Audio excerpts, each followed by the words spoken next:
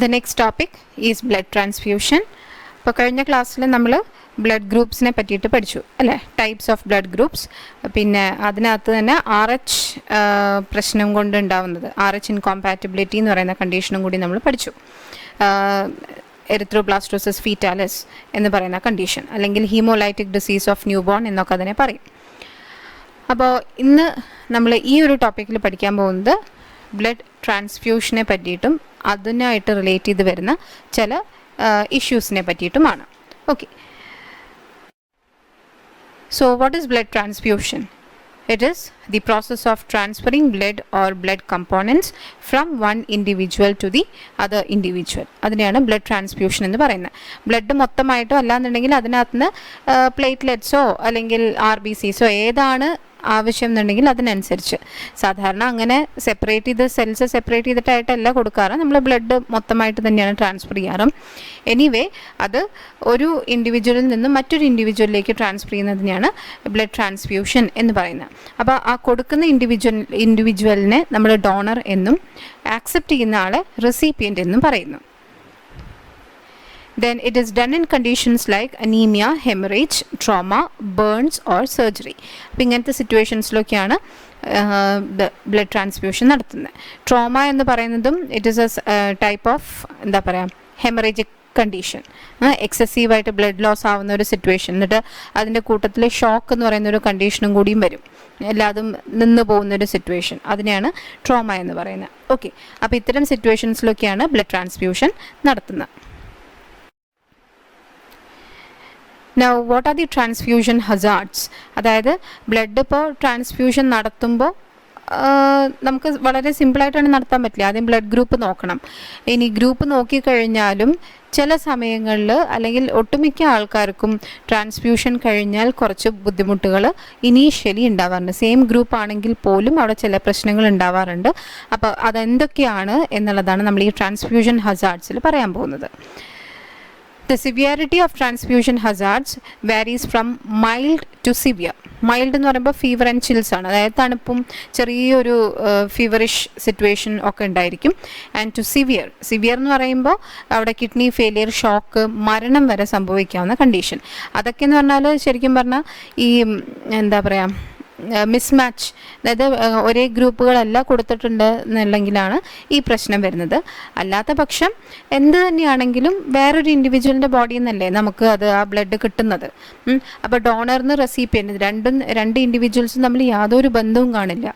അപ്പോൾ entirely different ആയിട്ടുള്ള രണ്ട് ഇൻഡിവിജ്വൽസിൻ്റെ ബ്ലഡ് തമ്മിൽ മിക്സ് ആകുമ്പോൾ ഓട്ടോമാറ്റിക്കലി റെസിപ്പിയൻറ്റിൻ്റെ ബോഡി അത് റെസ്പോണ്ട് ചെയ്യും. എങ്ങനെയാണ്?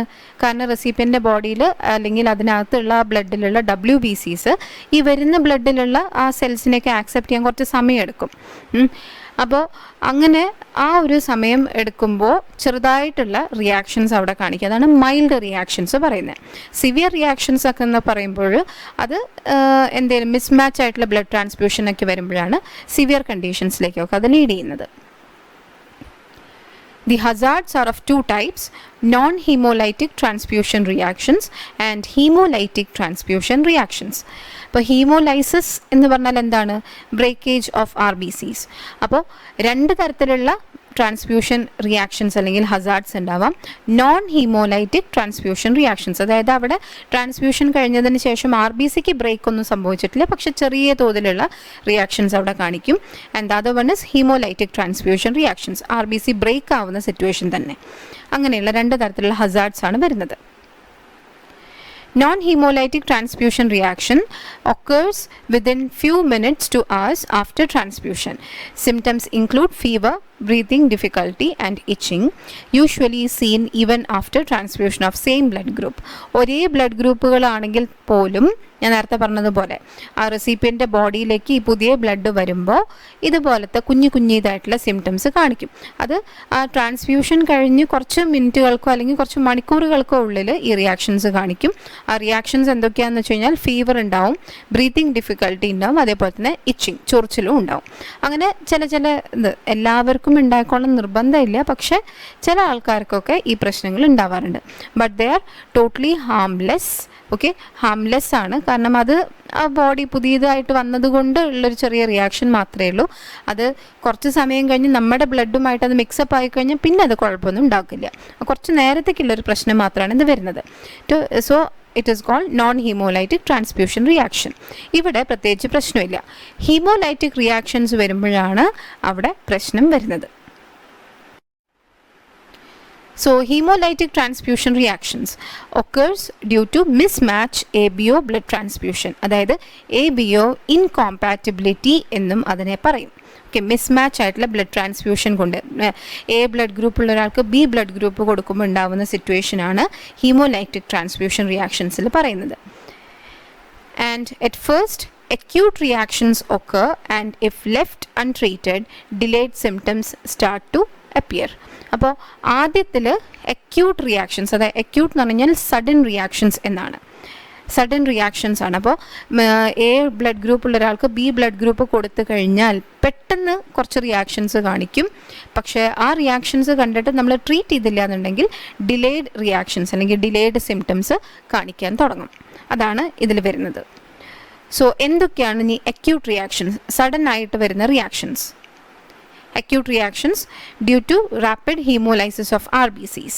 പെട്ടെന്ന് തന്നെ ആ A blood group B blood ഗ്രൂപ്പുമായിട്ട് മിക്സ് ആവുമ്പോൾ പെട്ടെന്ന് തന്നെ RBC ബ്രേക്കേജ് അവിടെ സംഭവിക്കും.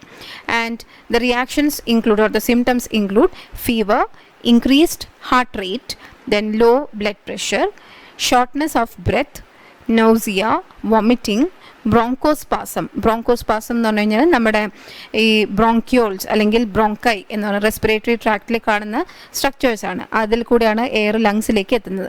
അപ്പോൾ ആ സ്ട്രക്ചേഴ്സിൻ്റെ ബ്രോങ്കൈയുടെയും ബ്രോങ്ക്യോൾസിൻ്റെ എല്ലാം കൺട്രാക്ഷൻസ്, പെയിൻഫുൾ ആയിട്ടുള്ള കൺട്രാക്ഷൻസ്, അതാണ് ബ്രോങ്കോസ്പാസം എന്ന് പറയുന്നത്. ദെൻ റെഡ് യൂറിൻ, എക്സസീവായിട്ട് RBC ബ്രേക്കേജ് ഉണ്ടാകുമ്പോൾ ആ ഹീമോഗ്ലോബിൻ എല്ലാം യൂറിനിൽ കൂടെ പുറത്തേക്ക് പോകും. അപ്പോൾ അതിന് യൂറിനോട് റെഡിഷ് കളർ ഉണ്ടായിരിക്കും. Then chest pain, back pain and rigger. Rigger എന്ന് പറഞ്ഞു കഴിഞ്ഞാൽ tightness of the muscles or the stiffness of the muscles, അതിനെയാണ് റിഗർ എന്ന് പറയുന്നത്. അപ്പോൾ ഇങ്ങനെ മിസ്മാച്ച് ആയിട്ടുള്ള ബ്ലഡ് ട്രാൻസ്ഫ്യൂഷൻ ഉണ്ടായിക്കഴിഞ്ഞാൽ സഡൻ ആയിട്ട് തന്നെ, സഡൻ റിയാക്ഷൻ എന്ന് പറയുന്നത് ഏകദേശം ഒരു 1-2 മണിക്കൂറുകൾക്കുള്ളിൽ ഉണ്ടാകുന്ന റിയാക്ഷൻസ് ആണ്. അപ്പോൾ ആ റിയാക്ഷൻസ് എന്ന് പറയുന്നത് ഈ പറഞ്ഞ സിംറ്റംസ് ഒക്കെയാണ് അവിടെ കാണിക്കുന്നത്. അപ്പോൾ ഈ സിംറ്റംസ് കാണിച്ചിട്ട് പോലും ട്രീറ്റ് ചെയ്തില്ല എന്നുണ്ടെങ്കിലാണ് ഡിലേഡ് സിംറ്റംസ് വരാൻ തുടങ്ങുന്നത്. അപ്പോൾ ആദ്യം ഇങ്ങനത്തേക്കുള്ള സിംറ്റംസ് വരും. Some patients may develop pulmonary edema and congestive heart failure. Pulmonary edema എന്ന് പറഞ്ഞാൽ ലങ്സിനകത്ത് നീര് കെട്ടുന്ന condition. And congestive heart failure എന്ന് പറഞ്ഞാൽ ഹാർട്ടിന് കൺജഷൻ കൂടുതലായിട്ട്, അതായത് ഹാർട്ട് റേറ്റ് ഒക്കെ ഇൻക്രീസ് ചെയ്യും, ബ്ലഡ് പക്ഷേ പ്രോപ്പറായിട്ട് അവിടേക്ക് വരാതിരിക്കുകയൊക്കെ ചെയ്യുമ്പോൾ ഹാർട്ടിന് ഭയങ്കര കൺജഷൻ ഫീൽ ചെയ്യും. ഹാർട്ടിലേക്കുള്ള ബ്ലഡ് വെസൽസിലും കൺജഷൻ ഫീൽ ചെയ്തിട്ട് ഹാർട്ട് ഫെയിൽ ആവുന്ന കണ്ടീഷൻ, അതാണ് കൺജസ്റ്റീവ് ഹാർട്ട് ഫെയിലിയർ എന്ന് പറയുന്നത്. The delayed reactions occur 1 to 5 days after transfusion due to large amounts of hemoglobin in the blood. അപ്പോൾ acute reactions എന്ന് പറഞ്ഞാൽ ഞാൻ പറഞ്ഞു 1-2 മണിക്കൂറുകൾക്കുള്ളിലാണ് ആ റിയാക്ഷൻസ് സ്റ്റാർട്ട് ചെയ്യുന്നത്.